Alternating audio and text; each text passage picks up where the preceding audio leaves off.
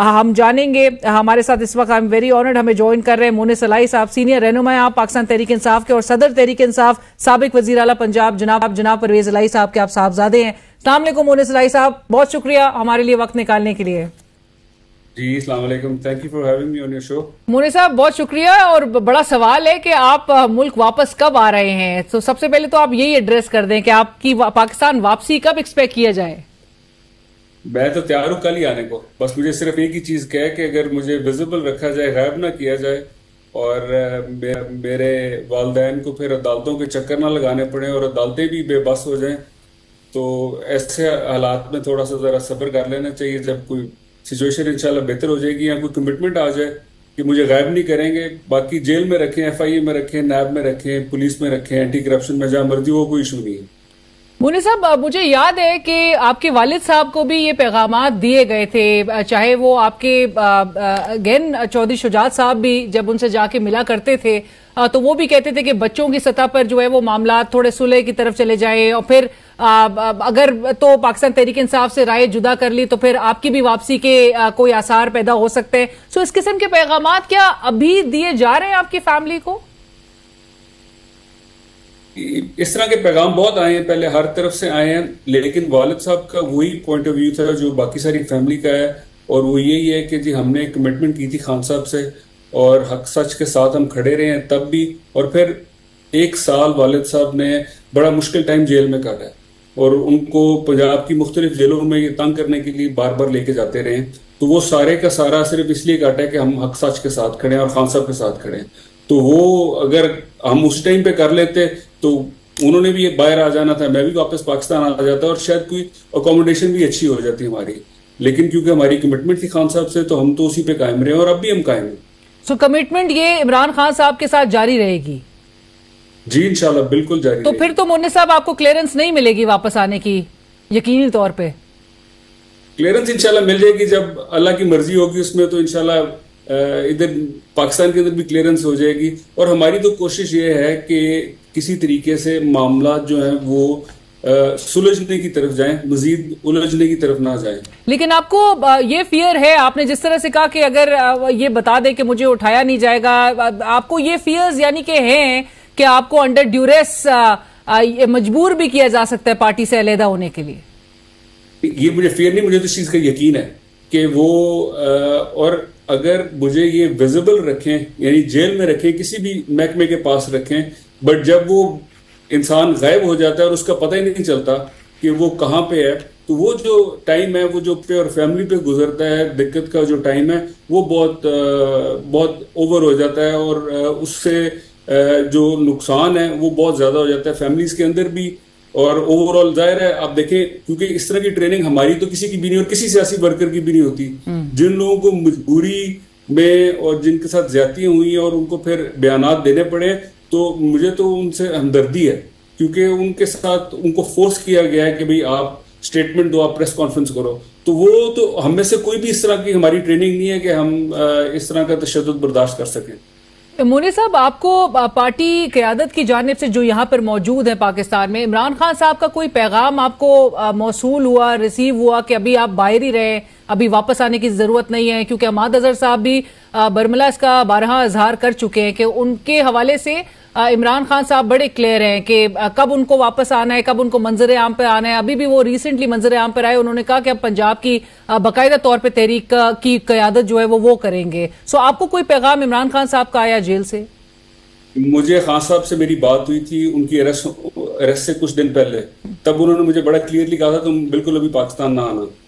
तो वो जाहिर है उनको खान साहब का विजन ज्यादा, उनको चीजें नजर आ रही थी किस तरफ जा रही हैं, और मैं तो अभी भी उन्हीं की बात पे कायम हूँ। बट सिर्फ ये इशू नहीं है, इशू ये है कि सिर्फ मेरा आने या ना आने इतना बड़ा इशू नहीं है। असल चीज ये है कि जो फौज के साथ मामलात हैं वो बेहतर होने चाहिए। जिस तरह खान साहब ने भी बात की है कि ये बातचीत फौज से ही हो ताकि कोई ना कोई हल निकले मसले का, और जब तक वो चीज नहीं होगी, क्योंकि एक चीज का तो मुझे 100% यकीन है, इसमें कोई डाउट किसी को भी नहीं होना चाहिए कि इमरान खान साहब से बातचीत किए बगैर हालात बेहतर नहीं हो सकते। एक हेडवे आपको नजर नहीं आता, बट आपको लगता है कि ये आपके लिए कितना वरीइंग है मुन्ने साहब कि फौज जो है वो इदारा मुज़ाकरात या इंगेज करने में इमरान खान साहब के साथ वो रिफ्यूजल की तरफ ही जा रहा है, वो इनकारी ही है?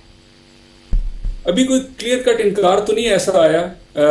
थोड़े बहुत सिग्नल्स आते हैं, इधर से भी आते हैं, उधर से भी आते हैं। मतलब 9 मई उनके लिए आपने देखा होगा, हालिया जो एक रीसेंट प्रेस कॉन्फ्रेंस भी हुई थी उसमें भी बड़ा क्लियर थे। फिर आर्मी चीफ की भी जो स्टेटमेंट सामने आई थी बहुत एक क्लियर नजर आ रही है, एक मौका आ रहा है इदारे का विज़ जो जिस तरह से मामलात को आगे लेकर बढ़ना है। सो लिहाजा इसमें मतलब ये एक परेशानी की बात है आप लोगों के लिए?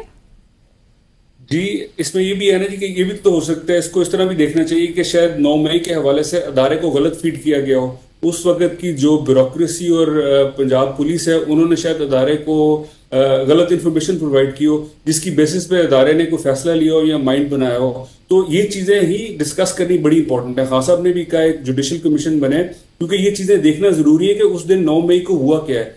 जब बीबी यास्मीन राशिद भी कह रही है कि आपने अंदर नहीं जाना, खान साहब के अपने इंस्ट्रक्शन थे कि किसी जगह अंदर नहीं जाना। और मैंने पहले भी जिक्र किया था कि जब खान साहब को वजीराबाद में गोलियां लगी तो तब भी पीटीआई ने एहतजाज की कॉल दी थी, और उस टाइम पे परवेज साहब वजीर आला थे। मैं खुद राब्ते में था डीपीओज और सीसीपीओज के साथ, जहां जहां आर्मी की इंस्टॉलेशन थी वहां पे हमने आगे बैरिकेड लगाई, बीच में फासला क्रिएट किया, और उसके पीछे फौजी खड़े थे और उसके पीछे जो बिल्डिंग्स थी वो थी। तो रोका गया लोगों को और लोग आगे कोई भी नहीं गया। अब 9 मई को क्या होता है कि 9 मई को आपको कहीं पुलिस नजर नहीं आ रही, तो वो ये इसको डिस्कस करना और इसको एक्चुअली इन्वेस्टिगेट करना बड़ा जरूरी है। जब तक इसको आप इन्वेस्टिगेट करके पता नहीं चलाएंगे कि उस दिन हुआ क्या, तब तक मेरा ख्याल है ये चीजें 9 मई वाली तो रिजॉल्व नहीं होंगी। हैविंग सेड दैट, 9 मई को जो हुआ बहुत गलत हुआ, इसमें किसी को डाउट नहीं है, ना मुझे डाउट है, ना पीटीआई को डाउट है, ना खान साहब को डाउट है। वो बहुत गलत हुआ और सबने इस चीज को और रेड लाइंस ब्रीच हुई, कैटेगोरिकली डिनाई किया कि इसमें हमारा किसी का कोई रोल नहीं था और जनरली किसी का रोल नहीं था। राइट, बट मुन्ने साहब ये भी जरूर बताइएगा कि आपके वालिद साहब से मुतालिक भी, और जिस तरह से आप अभी जिक्र कर भी रहे थे, उन्होंने किस हद तक सफर किया है जेल में, जो उन्होंने एक अरसा गुजारा है, और साथ साथ ये भी कि अभी वो, और जो सवाल उठ रहा है कि अभी वो खामोश क्यों हैं? वालिद साहब की तकरीबन 80 ईयर्स एज है उनकी, और जब वो स्लिप हुए हैं वहां पे अडयाला में, उसके बाद उनकी जो रिब केज है उसको काफी सीरियस डैमेज आया है। जब तक वो प्रॉपरली हील नहीं करते तब तक उनके लिए बाहर निकलना, एक्टिव होना जो है बड़ा मसला है। वो इंशाल्लाह जिस दिन उनकी प्रॉपर रिकवरी होगी तो बाहर भी आएंगे, टीवी इंटरव्यूज भी करेंगे और फिर पॉलिटिकल एक्टिविटीज में प्रॉपर पार्टिसिपेट करेंगे। और क्या एक्सपेक्ट किया जा सकता है कि आपकी फैमिली कोई एक ये जो गैप है इदारे और तहरीक इंसाफ के दरमियान को ब्रिज करने में कोई रोल प्ले कर सकती है? हम बिल्कुल तैयार होंगे जी, जब भी खान साहब अगर हमारे जिम्मे लगाते हैं। बट इस वक्त जो लोग रोल प्ले कर सकते हैं मेरा ख्याल है वो ज्यादा इंपॉर्टेंट है, जिनको एक्सेस है खान साहब तक। मतलब हमारी पार्टी के अंदर माशाल्लाह शिबली साहब हैं, उमर अयूब साहब हैं, बैरिस्टर गौर साहब हैं, और ये रीजनेबल लोग हैं। ये अगर एक इनको टास्क मिले तो आई एम श्योर ये बड़ा अच्छा परफॉर्म करेंगे इस पर। राइट, मुन्नी साहब मैं आज के फैसले की तरफ भी जरूर आपसे पूछना चाहूंगी, और साथ साथ ये जो हम जिस तरह बात करें कि एक हेडवे निकलना जरूरी है, मुज़ाकरात की राह बनना जरूरी है, और खान साहब अगेन एक पोजीशन ऑफ स्ट्रेंथ के साथ वो चाहते हैं कि जी उनसे मुज़ाकरात किए जाएं, वो अपने मुतालबात भी सामने रख रहे हैं, उनकी जो हिकमत अमली का भी बहरहाल हिस्सा है। लेकिन आज का एक सुप्रीम कोर्ट का बड़ा अहम फैसला आया, जिसे पाकिस्तान तहरीक इंसाफ से जो 3 कौमी असम्बली की सीटें हैं वो छीन ली गई। बहरहाल इमरान खान साहब ऑलरेडी इल्जाम ये लगा रहे हैं कि अदलिया पर जो है वो दबाव है, जिसके नतीजे में पाकिस्तान तहरीक इंसाफ से ये इनकी नशिस्तें जो हैं वो छीनी जा रही हैं। आप भी इसकी तायीद करेंगे इमरान खान साहब के इस बयान की, और आपको लगता है कि आने वाले दिनों में मजीद भी आप लोग को नशिस्तें इस तरह से लूज करनी पड़ सकती है किसी दबाव के नतीजे में? आप देख लेना जी पाकिस्तान तहरीक इंसाफ के साथ क्या हुआ। पहले निशान लिया गया और उसमें इस्तेमाल किया गया सुप्रीम कोर्ट को, उस टाइम पे प्रेशर आया, इलेक्शन कमीशन ने जो किया, तब से लेके अब तक जो कुछ काजी साहब कर रहे हैं, बाईजीसा साहब, वो सबके सामने है। और ये जो अब आखिर में इन्होंने आके किया है कि भाई बात कुछ हो रही है, आपने बीच में से निकाल के, हालांकि आइन भी बड़ा क्लियर है इसमें, जो रूल्स हैं वो भी बड़े क्लियर हैं कि ये सारी की सारी चीजें आपने लेके जानी है ट्रिब्यूनल्स में। तो ट्रिब्यूनल्स में जाएं वो लोग, वहां पे जाके जो भी बहस होगी, जो भी फैसला होगा, उसके अगेंस्ट कोई सुप्रीम कोर्ट आता है तो ठीक है। बट मेरा ख्याल है काइस साहब को जल्दी है इस चीज में कि किसी तरह नून लीग की स्ट्रेंथ बढ़ाई जाए ताकि इनकी एक्सटेंशन का मामला जो है वो आगे लेके जाया जा सके। और एक्सटेंशन की तरफ अगर मामला जाते हैं तो फिर पाकिस्तान तहरीक इंसाफ की स्ट्रैटेजी, इमरान खान साहब तो कह रहे हैं एहतजाज होगा, आप बाहर हैं, हमादा साहब बहुत फुली जो है वो मंजर आम पर नजर नहीं आते, मियां असलम साहब भी अभी स्वाबी जलसे में नजर है, उसके बाद से दोबारा मंजर आम पर देखा नहीं गया। लेकिन क्या एक्सपेक्ट करेंगे, किस तरह से स्ट्रैटेजाइज करेंगे, किस तरह से मोबिलाइज, और आपका क्या मशवरा होगा कि किस तरह से मोबिलाइज करना चाहिए? मोबिलाइज ऑटोमेटिकली हो जाने की सारा, आपने देखा बांग्लादेश में क्या हुआ, होता यही है कि एक लावा पकड़ा होता है और फिर एक छोटा सा कोई अनरिलेटेड इंसिडेंट भी होता है और फिर फट पड़ता है। तो पाकिस्तान में भी लोगों ने 8 मई को जो इन्होंने देखा है, 8 फरवरी, इन्होंने जो 8 फरवरी से देखा है जिस तरीके से वोट डाला हमने किसी को, निकला किसी और का, तब से ये चीजें बढ़ती अब इस स्टेज पे आ गई कि किसी दिन भी कुछ भी ऐसा हो सकता है कि लोग बाहर निकल आए। और पीटीआई बिल्कुल लोगों के साथ शामिल होगी क्योंकि पीटीआई तो अफेक्टेड पार्टी है। और अब अगर हमें अदालतों में इंसाफ नहीं मिलना तो फिर अवाम की अदालत में जाना पड़ेगा। बट अगेन मोने साहब, पंजाब में पीटीआई उतनी मुतहरिक, और एक बात वो दुरुस्त है कि आप लोग को एहतजाज या जलसे करने की इजाजत नहीं दी जा रही, वो सबके सामने है, लेकिन लोग जो हैं निकल नहीं रहे या लोगों को आप लोग मोबिलाइज नहीं कर पा रहे। सो पार्टी को मुतहरिक होने के लिए किन इकदामात की आपके ख्याल में पंजाब की सतह पे, क्योंकि असल बैटल ग्राउंड जो है वो आप लोग के लिए तो पंजाब ही है। लोग पंजाब में बिल्कुल निकलेंगे। पंजाब में असल में आप देखें जुल्म भी सबसे ज्यादा पंजाब में हुआ है। जो पंजाब के आईजी साहब हैं ये वही कंटिन्यू कर रहे हैं जिन्होंने पंजाब में इलेक्शन करवाया, इलेक्शन से पहले लोगों को उठाया, गायब कराया। मैं आपको एक एग्जाम्पल देता हूँ। गुजरात में मेरा एक चेयरमैन है मलिक आमिर, उसको चेंज कराने के लिए उसका 14 साल का बच्चा जो है वो अगवा कर लिया उन्होंने, और उसको कहा कि तुम्हारे बच्चे को हम मार देंगे अगर तुमने मोरिस और परवेज लाई से तुम्हें लगा ना हो। तो इस हद तक जब आप जाते हैं, आप देखते हैं कि आपके बच्चों के साथ ये कुछ हो रहा है, तो जाहिर है एक खौफ तो फैलता है। वो सारे का सारा अभी तक एज इट इज चल रहा है, लेकिन इसके बावजूद लोग फिर भी निकल रहे हैं। लोगों में अब मैंने तो देखा है स्पेशली गुजरात में लोगों में जो पर्चे का डर था एक, वो खत्म होता जा रहा है। तो इवेंचुअली फिर सब जगह ऐसे ही होना है और लोगों ने एकदम फट के बाहर आ जाना है। राइट, बट अब और उससे पहले उम्मीद यही की जाती है कि किसी बेहतर तरीके से खुशरूबी के साथ मामलात को जो है वो तय करने की तरफ लेकर जाया जाए। खुदा ना करे कि बांग्लादेश जैसी सूरत हाल जो है वो यहाँ पर हमें नजर आए। बहरहाल, लेकिन मोने साहब ये भी साथ साथ हम जरूर जानना चाहेंगे, महमूद अचकजई साहब जिनको इमरान खान साहब ने इस मुज़ाकराती कमेटी, वो कहते हैं कि जी सरबराही महमूद अचकजई साहब ही करेंगे।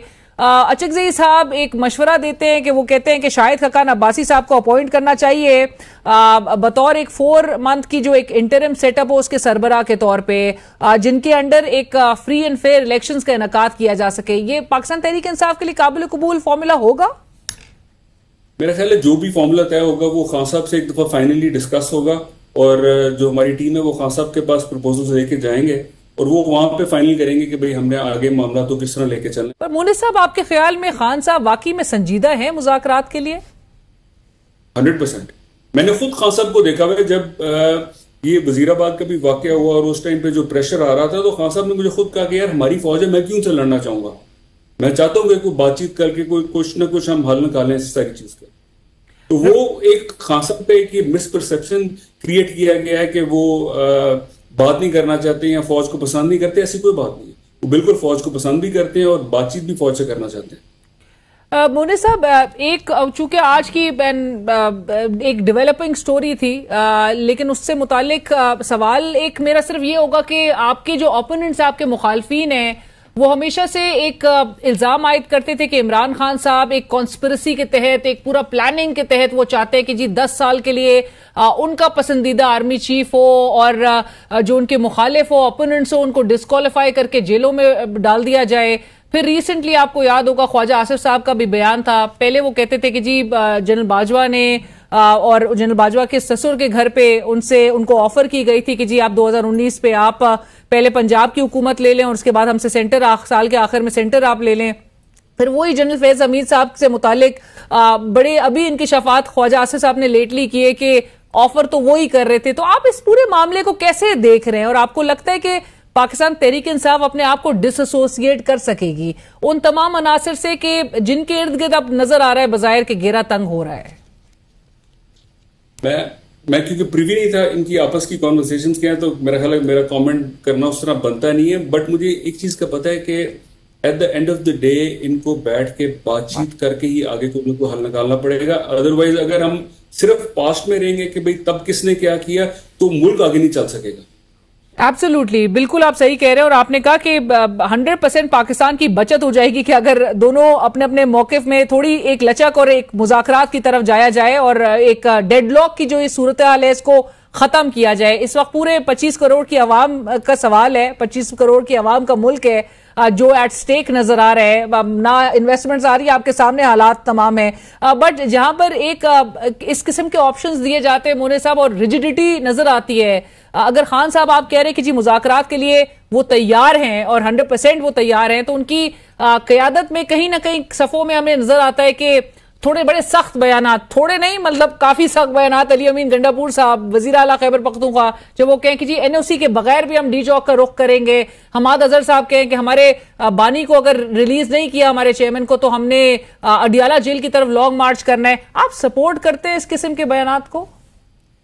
देखिए, जज्बात तो जाहिर है सबके इस वक्त एक हाइटेंड लेवल पे हैं, उसमें तो किसी को डाउट नहीं, और वो सारी पार्टी के हैं, सब लोगों के हैं। बट इवेंचुअली बात तो पीटीआई में वही चलनी है जो खान साहब ने फाइनल करनी है। और जितना मैं खान साहब को जानता हूं कि खान साहब डायरेक्टली फौज के साथ, जितना मैं उनको जानता हूं, वो डेफिनेटली बात करेंगे, वो बात करेंगे। मोने साहब, आखिर में एक सवाल, 2 दिन के बाद हम पाकिस्तान का 77वां इंडिपेंडेंस डे मना रहे होंगे। आप मुल्क से बाहर हैं, कैसे, क्या सेंटिमेंट्स है, कैसा महसूस करते हैं, वो क्या एहसासात हैं फैमिली से दूर, मुल्क से दूर एंड एक सेल्फ इम्पोज एग्जाइल में कितनी एजिटेशन होती है? ऑनेस्टली मैं ये समझता हूँ और सोचता हूँ कई दफा बैठ के कि कायद आजम क्या सोचते होंगे कि मैंने मुल्क बना के दिया इनको, उसके इन्होंने 2 टोटे कर दिए, बीच में से बांग्लादेश निकल आया, उसके बाद जो इन्होंने हाल कर दिया।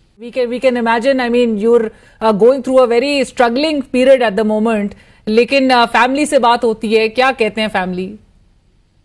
देखिए, मुझे 1.5 साल से ऊपर हो गया है, वालिद और वालदा को मैं नहीं मिला, तो वो एक चीज मुझे रोज काटती है। अब उम्मीद तो है अल्लाह करे कि जल्दी हमारे मसाइल सब के हल हों और मैं पाकिस्तान आके अपने वालिदैन को मिल सकूं। बहुत शुक्रिया मोनिस इलाही साहब, thank you so much for your time sir. Program में वक्त हुआ एक ब्रेक का, ब्रेक के बाद हाजिर हो।